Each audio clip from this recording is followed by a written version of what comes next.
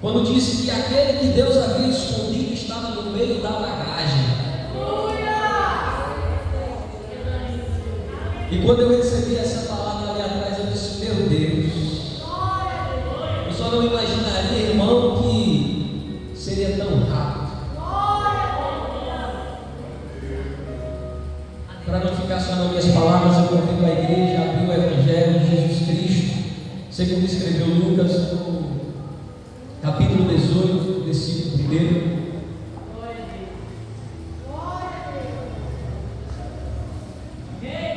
Eu agradeço também a minha esposa, meus filhos que estão ali, sempre para onde vou, me acompanham. Louvo a Deus pela vida da minha esposa, porque através da vida dela, quando ainda a conheci no meio da minha ignorância, no meio da minha desobediência, ela teve total sabedoria para me apresentar esse evangelho.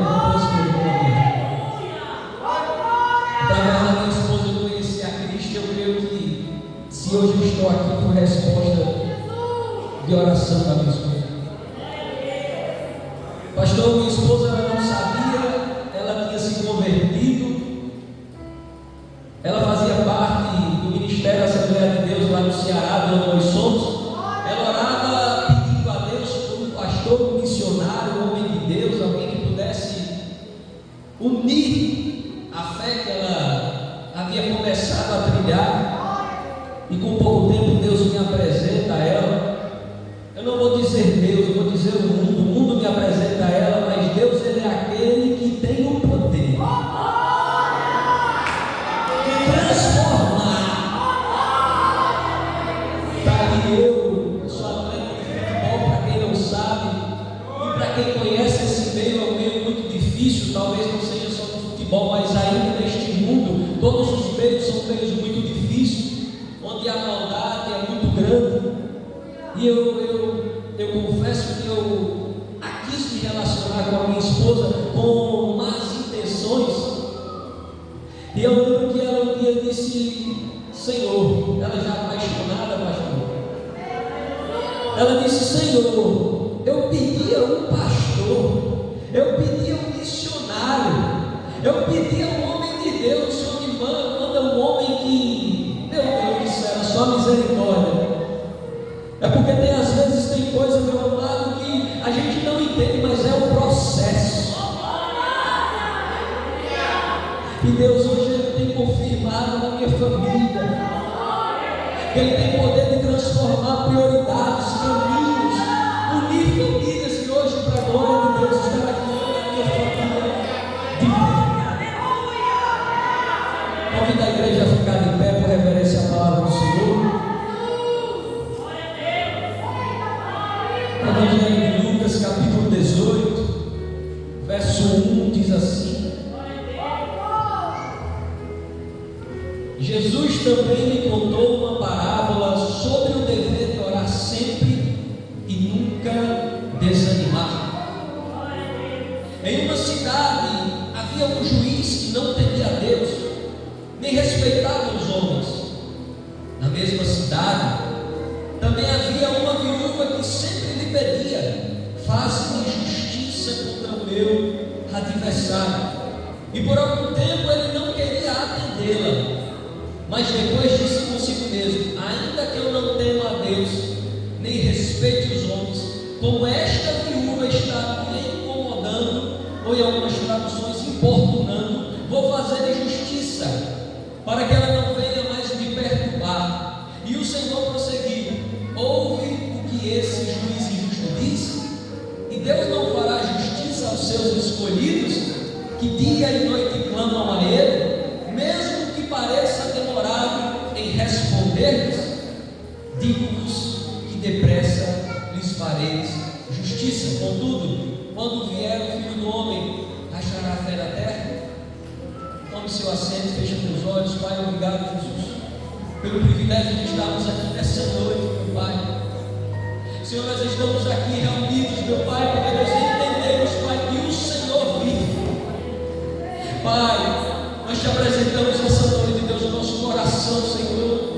Eu peço, Deus, o teu auxílio, meu Pai, diante dessa essa rica oportunidade, Pai, de trazer clareza à vida dos meus irmãos. Eu te agradeço, Pai, por esse povo, por essa igreja, por esse povo, Pai, por essa família que o Senhor tem nos apresentado, tem nos trazido ali amparo, tem nos trazido, Deus, uma palavra, meu Pai, e tem nos mantido de pé, meu Pai, até aqui. Ah, Jesus, assim eu te agradeço, Pai, no nome de Jesus. Amados, quando eu recebi a oportunidade, eu orei a Deus, porque, Senhor, o que eu devo compartilhar? O Senhor me conduziu nesse texto, nesse Evangelho. O Evangelho de Lucas é um livro que retrata Jesus como filho do homem, aquele que, repleto de compaixão, veio habitar entre os pecadores, amá-lo, ajudá-lo e morrer por eles. Lucas descreve no começo desse Evangelho que essa carta é endereçada a um homem chamado Teófilo. Há quem diga que não é um homem, mas um significado, porque a palavra Teófilo significa amigo de Deus, aquele que ama a Deus. Então, se eu começo a entender todo esse interesse, esse destino, o Senhor ele já está dizendo: olha, eu tenho uma palavra para aquele que me ama nessa noite. Eu tenho uma palavra para aquele que é meu amigo nessa noite. O Evangelho de Lucas deixa claro que a salvação veio para todos, o sacrifício veio para todos. Certamente Lucas era um gentil. E lá em Lucas capítulo 2, versículo 10, quando o anjo vem, quando ele está descrevendo a jornada deste Salvador, do céu para a terra, o anjo vem e apresenta aos pastores e diz: ei, não temas, não temas, eis que vos trago boas novas, eis que vos trago uma boa notícia de grande alegria para todo o povo. Olha, Jesus já está dizendo nessa hora: eis que vos trago uma boa notícia. Amados, estar aqui nesse ambiente é um lugar que me edifica. Eu também sou um daqueles que sou apaixonado pela palavra, e sou um daqueles que sou sustentado por essa palavra.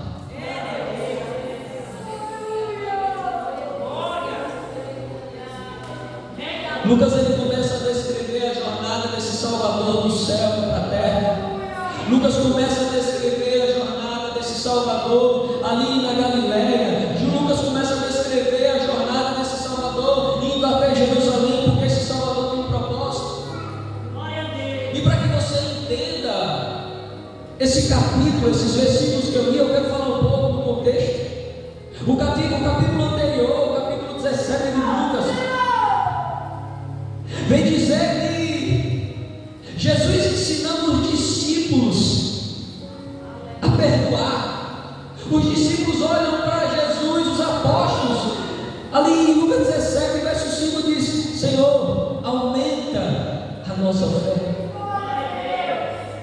Tem momentos que eu e você vem até a casa do Pai, escuta algumas coisas e dá vontade de dizer: Senhor, aumenta a nossa fé. O Senhor olha ali para os discípulos e disse: se tivesses fé como o tamanho de um grão de mostarda, direis à amoreira: arranca-te dali e lança-te no mar, e aconteceria. Jesus ele traz um entendimento que ele não quer se impressionar, ele não quer saber o tamanho da minha e da tua fé, mas ele quer saber se a minha e a tua fé é viva. Deus, às vezes a gente se preocupa com o tamanho daquilo que nós temos, mas Deus ele quer saber se tem vida, se tem vida, se tem vida. A palavra de Deus ele é o único alimento que não acaba. A Bíblia nos diz: passarão os céus e terra, mas a sua palavra não passará, porque essa palavra é eterna. Continuando no capítulo 17 de Lucas, a Bíblia vem dizer que Jesus ele encontra 10 leprosos, onde todos nós conhecemos como aquele que retorna, que era o samaritano. E ao final dessa história, Lucas descreve Jesus dizendo: a tua fé te salvou. Mas na frente a Bíblia diz que os fariseus interrogam ao Messias a respeito da vinda do reino dos céus, a respeito dos sinais. E Jesus diz: olha, o meu reino, ele não tem aparência exterior. O meu reino está entre vocês. Às vezes nós estamos tão preocupados, meu pastor, com a aparência, e não nos preparamos que diante da simplicidade, diante de algo pequeno que está no nosso meio, tem poder para transformar. Eu sei o motivo de eu ter chegado até essa cidade. Eu sei o que não só eu, mas eu e a minha família tem enfrentado. Mas eu converso com meus irmãos que diante de algumas adversidades, este que esteve no meio e ainda está no meio da sua igreja, ela tem trazido alegria e sustento para a minha casa. Finalizando esse discurso dos fariseus, a Bíblia diz que o mestre se volta para os discípulos e começa a ensinar a respeito da segunda volta de Cristo. Ele diz: olha, os dias serão comparados aos dias de Noé, os dias serão comparados aos dias de Ló. E no último versículo, a Bíblia diz que os discípulos, se voltando para Cristo, eles perguntam: onde, Senhor? Quero que você acompanhe na sua Bíblia o último versículo do capítulo 17. A Bíblia diz que aqueles homens, os discípulos, ouvindo a explicação de Jesus, perguntam: onde, Senhor? Aí a Bíblia diz que Jesus diz assim: ó, onde estiver o cadáver, ali se ajuntarão também os abutres. Aí vem começar o primeiro versículo do capítulo que eu li, onde é um versículo chave. Eu peço para os irmãos guardar no coração esse versículo nessa noite, como alimento espiritual para os nossos dias. Onde a Bíblia diz que Jesus também lhe conta uma parábola, uma maneira de expressar, de explicar aos discípulos. Ele diz: olha, vocês devem orar sempre e nunca desanimar. Em outras traduções, nunca desfalecer. Eu começo a ver que esse capítulo de Lucas, no capítulo 18, é um livro que ele abrange muitos contrastes. O primeiro contraste aqui está no orar e no desfalecer. O segundo contraste aqui talvez esteja na viúva e no juiz. Mas eu também tenho visto, pastor, um contraste nesse último versículo 37, ao qual eu li, para o primeiro versículo do capítulo 18. Porque Jesus, ele começa a dizer aos discípulos e querer trazer o entendimento que a civilização, o povo, estava como aquele cadáver. E no último versículo ele diz assim: olha, aonde estiver o cadáver, ali se ajuntarão os abutres. Ele começa a dizer: olha, a civilização já está toda morta, o ambiente cheira mal, as conversas são desanimadoras, os conselhos, pastor, são destruidores. As pessoas já não têm mais esperança, as pessoas já não têm mais vida. Mas diante disso ele diz: olha, para que você não desfaleça, para que você não se desanime, vocês têm o dever, é um dever de orar sempre. Então eu entendo aqui que o primeiro ensinamento do Senhor para mim e a tua vida nessa noite é que eu e você temos o dever de orar sempre. É lamentável, meus irmãos, eu sei que o ciclo de oração, em um horário talvez que alguns irmãos trabalhem, eu estive aqui porque eu não estava trabalhando, mas é apenas um ciclo de oração. Eu vou dizer apenas, mas nós sabemos o impacto que isso tem. Apenas um ciclo, Senhor, Ele edificou a minha vida assim, pelo dever de orar.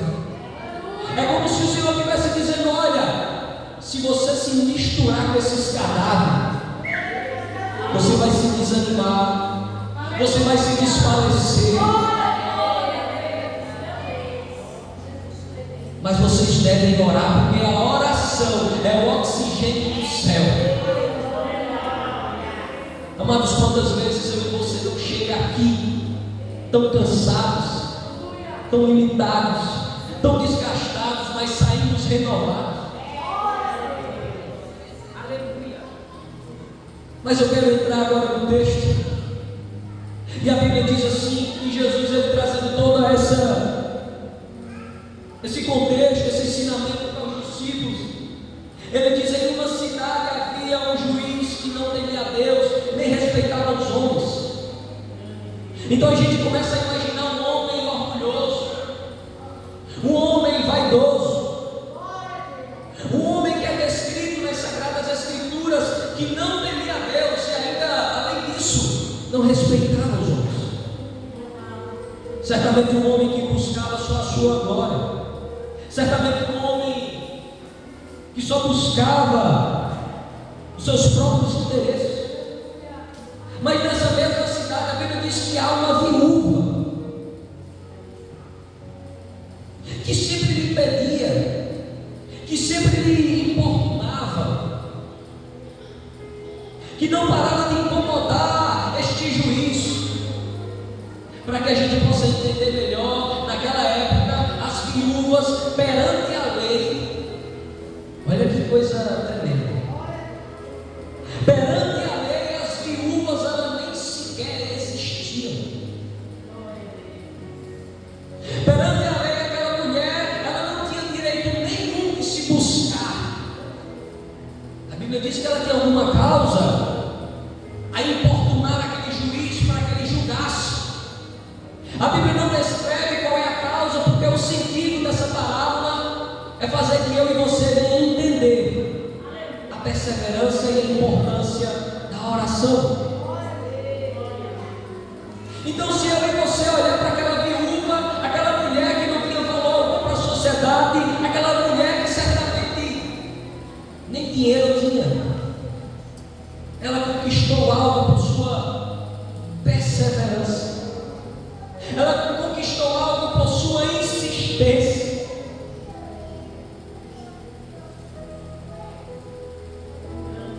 Eu sei que muitas das vezes a gente quer comparar essa viúva como nós, e às vezes nós queremos comparar também esse juiz injusto com o próprio Deus. Mas, pastor, eu tenho aprendido que nos ensinamentos do próprio Cristo, Ele veio ensinar, pastor, argumentando do menor para o maior. Não se dá para comparar Jesus, o nosso Pai, com o juiz injusto. E não se dá para comparar a minha e a tua vida com aquela viúva. Eu vou te dar a boa notícia nessa noite. No livro de Efésios, capítulo 2, versículo 17, diz assim: e vindo ele, proclamou a paz para vós que estáveis longe, e também para os que estavam perto, pois por meio dele ambos temos acesso ao Pai no mesmo Espírito. Talvez aquela viúva não tinha acesso àquele juiz. Talvez aquela viúva fosse estrangeira, e se por algum momento nós pudermos comparar nós com ela, ei, a palavra do Senhor está nos dizendo que eu e você, pelo mesmo Espírito, por intermédio de Cristo Jesus, temos acesso ao nosso Pai. Aí ele diz: olha, assim não sois mais estrangeiro, nem forasteiro, nem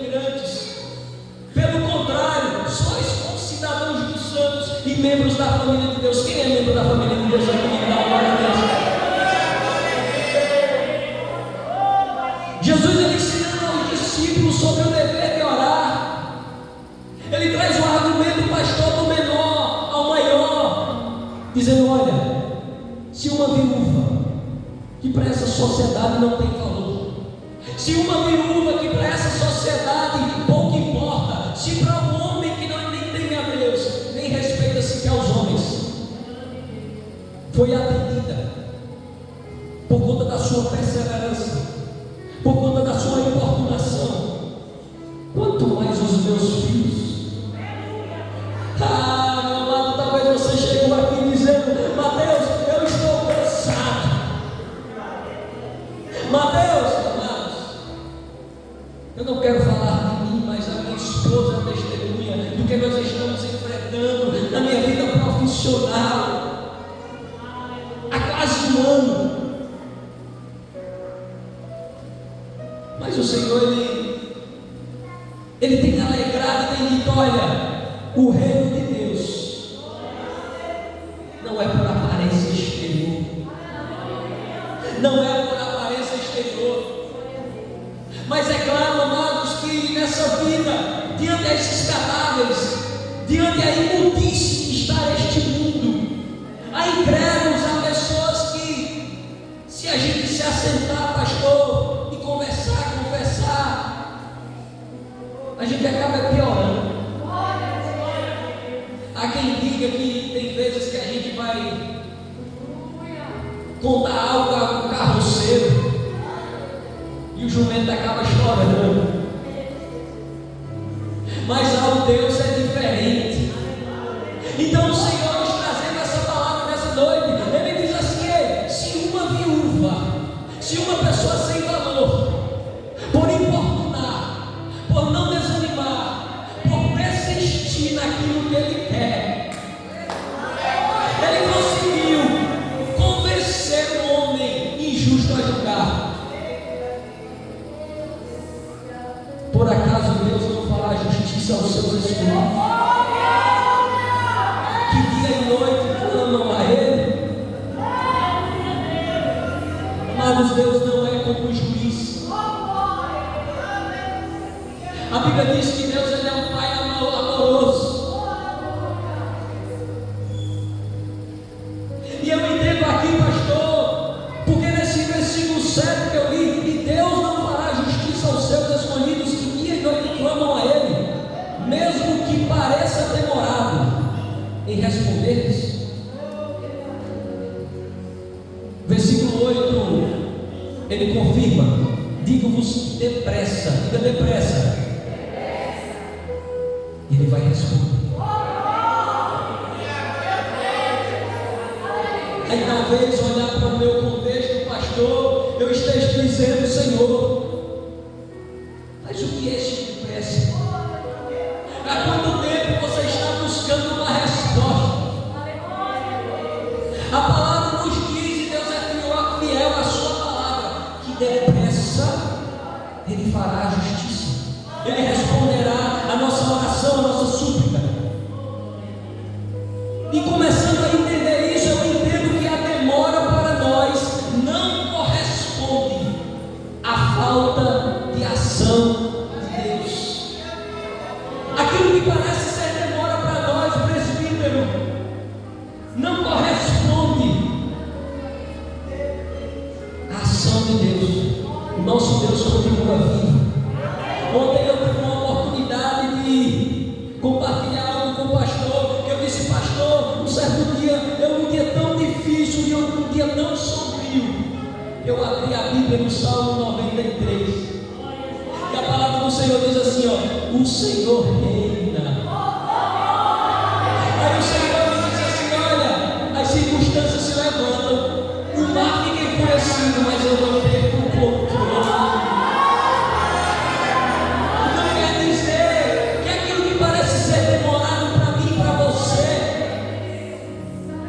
O Senhor se esqueceu de nós, é porque o Senhor não está agindo, não, pelo contrário, é porque o Senhor está me preparando e te preparando para receber.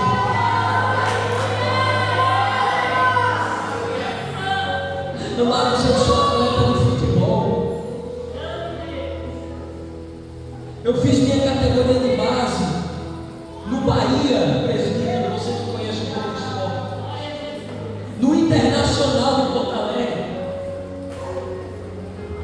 Mas Deus, imagina só, um menino ser criado, crescer nessas categorias de base, almejando grandes sonhos, grandes realizações, grandes expectativas.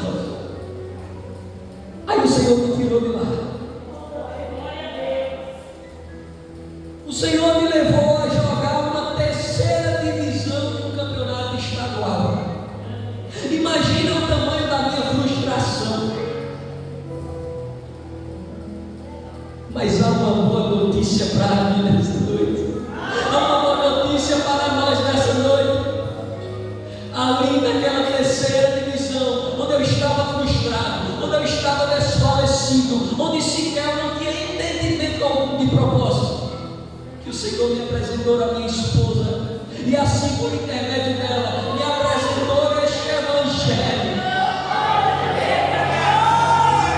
E hoje eu louvo a Deus por ter chegado até ali. Imagina quem eu poderia ter me tornado se todas aquelas esperanças daquela categoria de base tivessem até sido cumprida. Que homem arrogante eu teria sido. Que homem destruidor de famílias, de lares eu poderia ter me tornado. Mas Jesus é aquele que tira de um lado e bota de outro. Jesus é aquele que chacoalha. Jesus é aquele que permite um processo para te dizer: olha, pode estar parecendo demorado, mas é porque eu estou te preparando. Eu estou te preparando. Eu estou te preparando. Aleluia.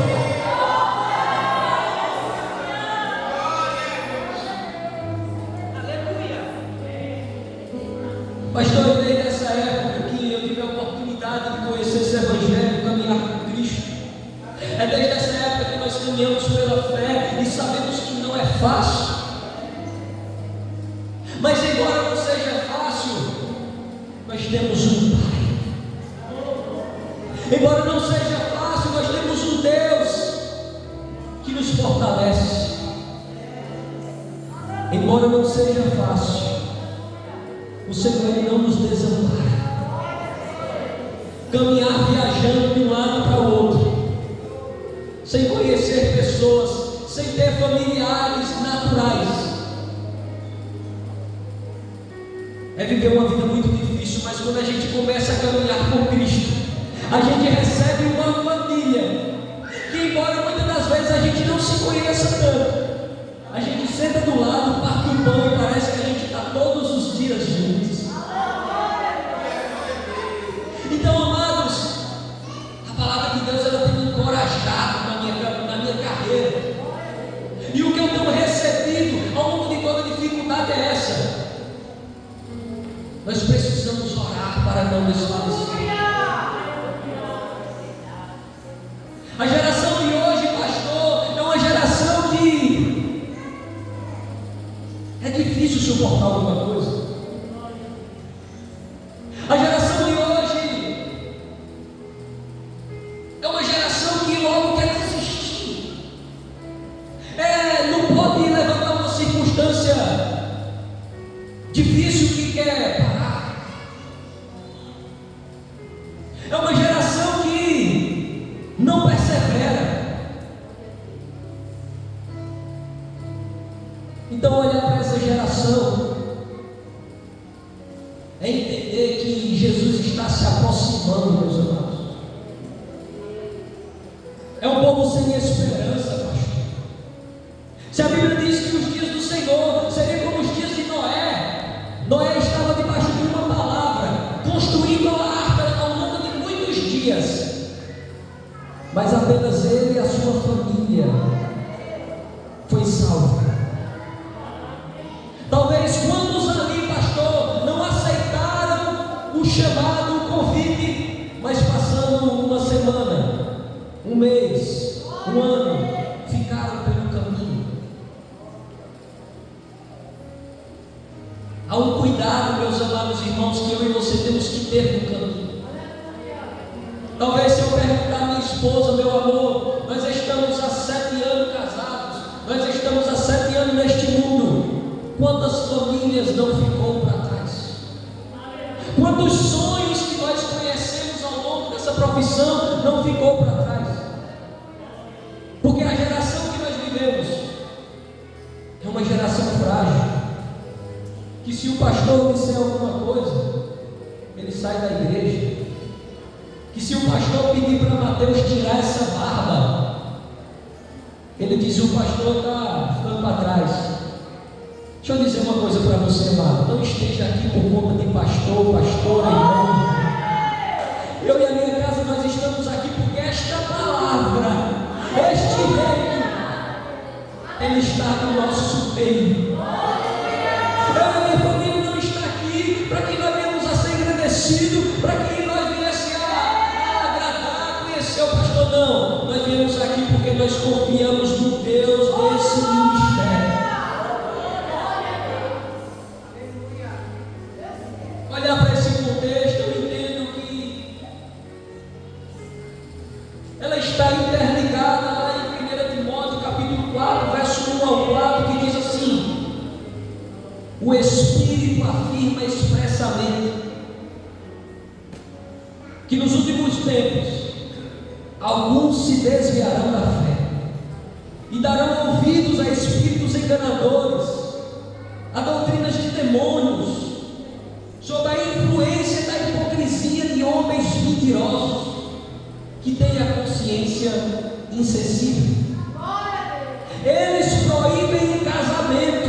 Olha o que essas pessoas fazem hoje. Eles proíbem o casamento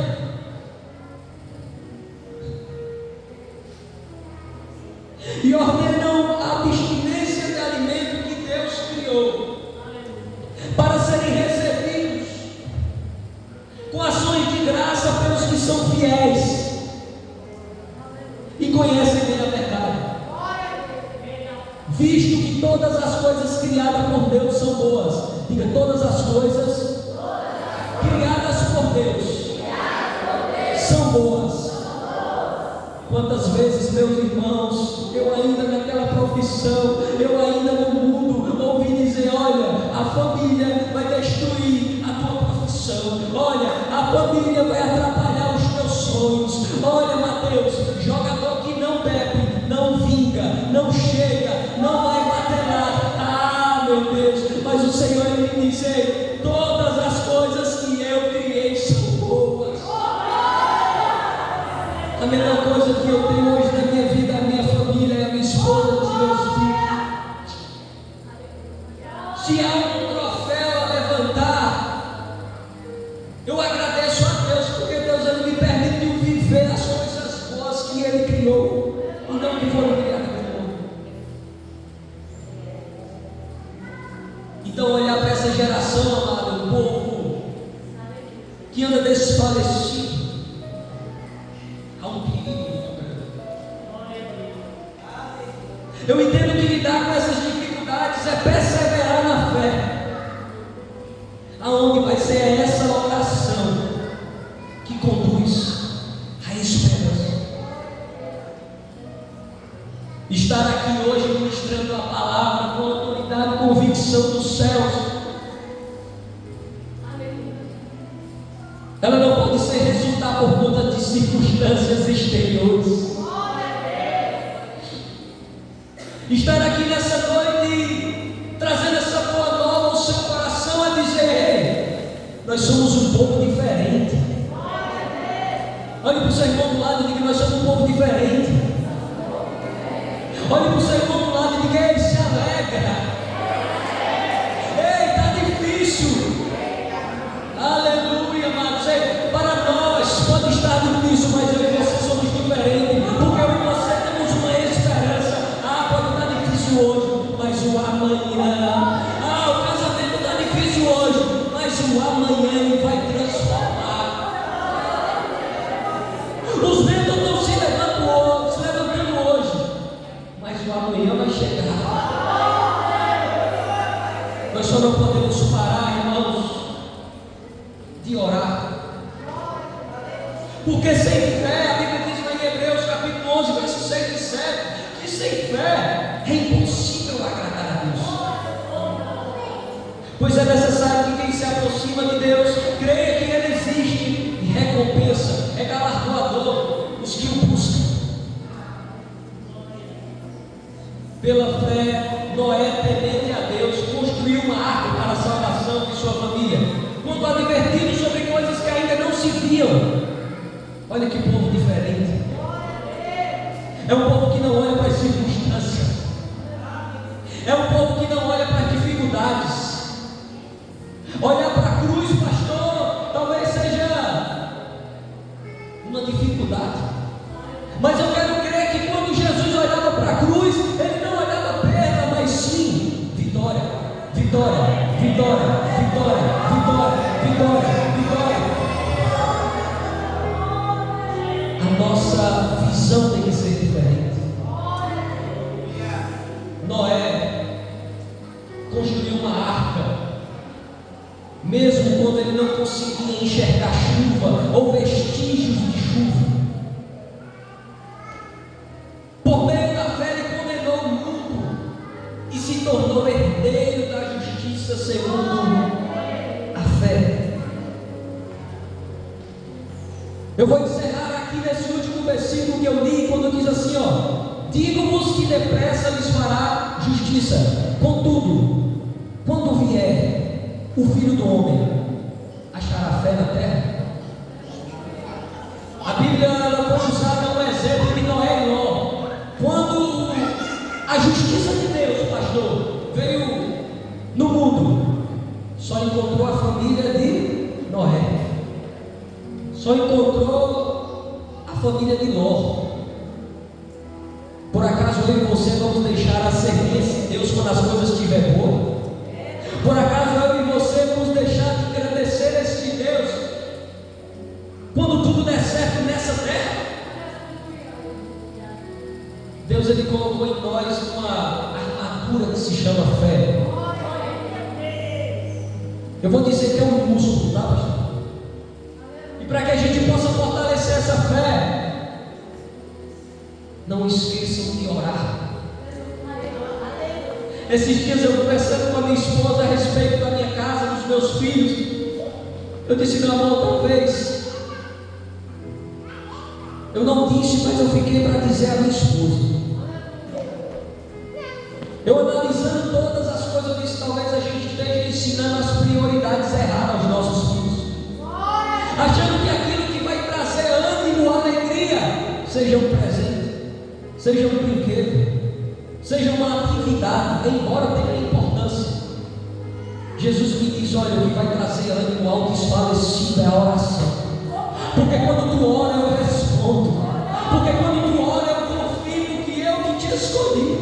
Porque quando tu ora, eu confirmo que tu é fraco, mas eu que sou forte na tua vida. Eu encerro com essa pergunta. Por acaso, se o Filho do Homem vier, achará fé na tua vida? Se Cristo voltasse hoje, Ele encontraria fé, ou Ele interromperia os meus e os teus planos? Que Cristo Jesus, meu amado igreja, esteja abençoando a vida de cada um de vocês. E aqui eu encerro agradecendo a oportunidade e pedindo oração da igreja. Continue de pé. A igreja, o corpo de Cristo, é uma parte fundamental, importantíssima na minha vida. Meu filho tem poucos dias que completou 1 ano, 9 anos. Mas de 1 ano para cá, no último aniversário dele, esse último aniversário, nós se encontramos 5 vezes. Imagina se em alguma necessidade nós não tivéssemos encontrado um povo de Deus que nos encorajasse. Às vezes não precisa conhecer, amado, só precisa sentar nesse assento, ouvir essa palavra e deixar ela penetrar no teu coração. Ela vai ser suficiente para te amar e te sustentar. Eu agradeço a minha oportunidade em nome de Jesus.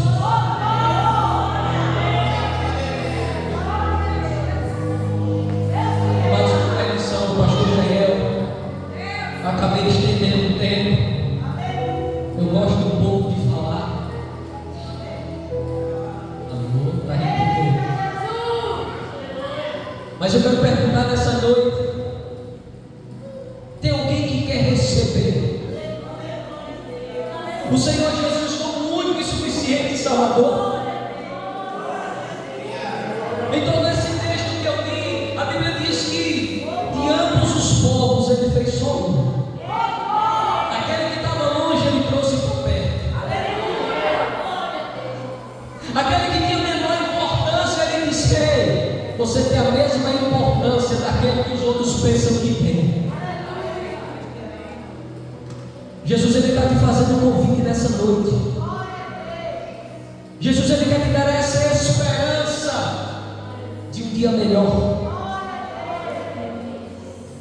E eu quero fazer um convite nessa noite. Há uma vida para aceitar Cristo Jesus. Há uma vida que quer se reconciliar, quer reconhecer que por algum momento andou desfalecido, andou se contaminando, deixou a posição.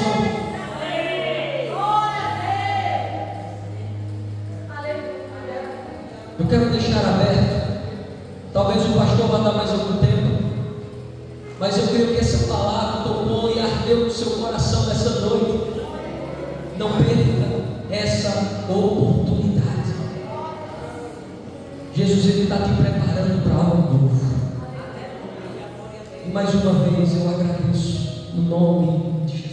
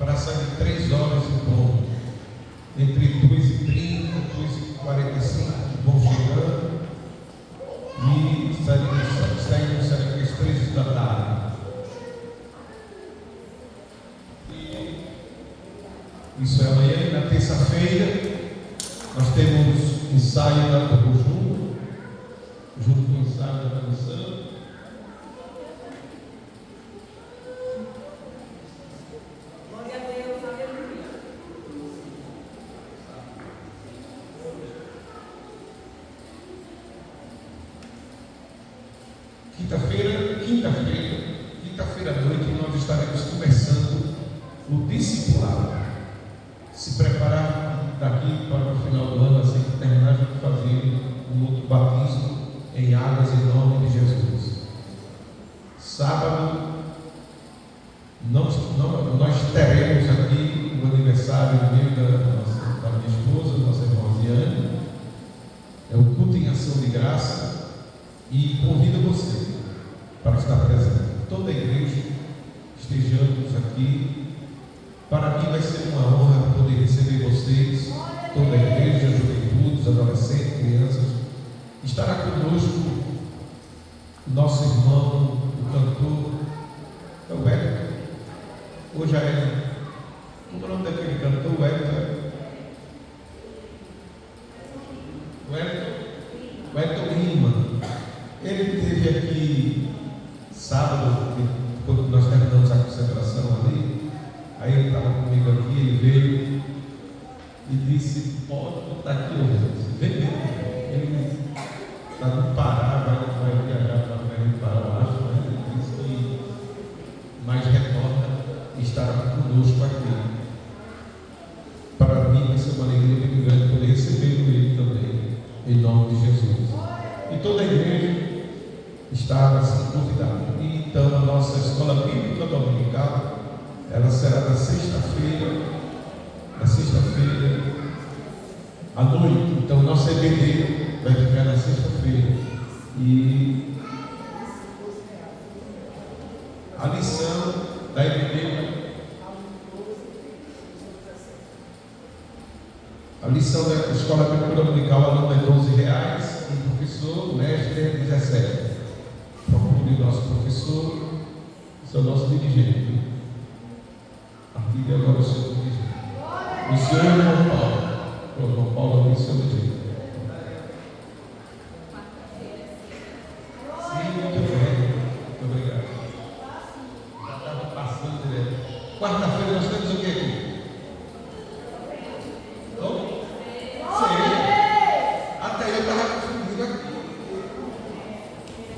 Dia 1 já é quarta-feira, então essa quarta-feira agora, irmãos, é a nossa ceia, a nossa Santa Ceia. Eu estarei sempre avisando nas igrejas da nossa área que a nossa Santa Ceia da pobre, ela é uma ceia a nível diário.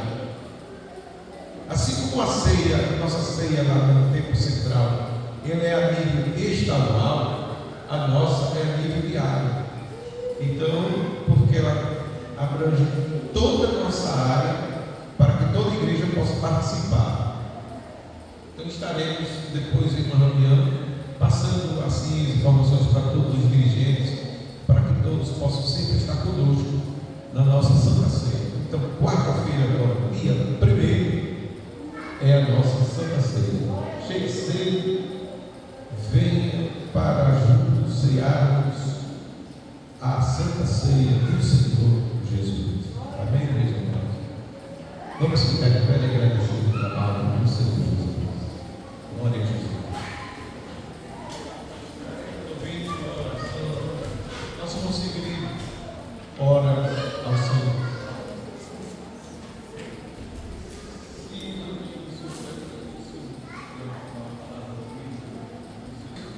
Deus abençoe sua vida.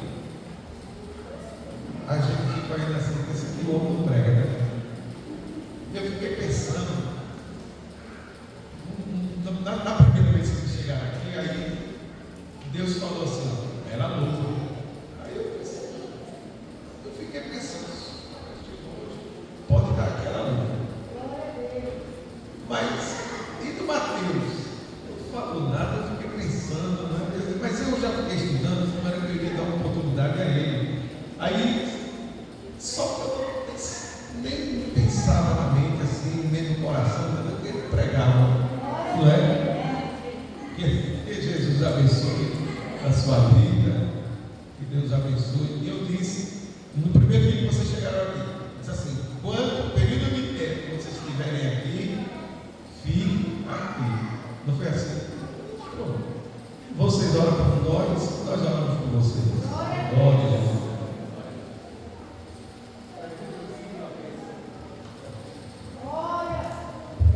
Pai do Senhor, para a igreja. Nós vamos orar para que Deus nos abençoe no dia aquilo que a gente necessita e que leve nós para nossas casas em paz. Em nome de Jesus. E é assim que nós pedimos a Jesus Cristo, Filho de Deus. Nós vamos orar. E após a oração nós vamos receber a bênção apostólica do irmão presbítero Silvio. Eu eu e minha casa também necessito de oração. Vamos orar ao nosso Deus. Soberano Deus, Pai de nosso Senhor, Salvador Jesus Cristo, neste momento, meu Deus, estou te agradecendo por mais um trabalho. Estou te agradecendo, meu Deus, por tão grande pregação do nosso irmão Deus esta noite. Meu Deus, abençoa nossas irmãs, nosso irmão, nosso diácono, presbítero, pastores que aqui estão. Meu Deus, abençoa as crianças e todos aqueles que necessitam da tua bênção. Abre as portas do céu, derrama a bênção sobre nós, para que nós saia daqui hoje regocijado com o teu Santo Espírito.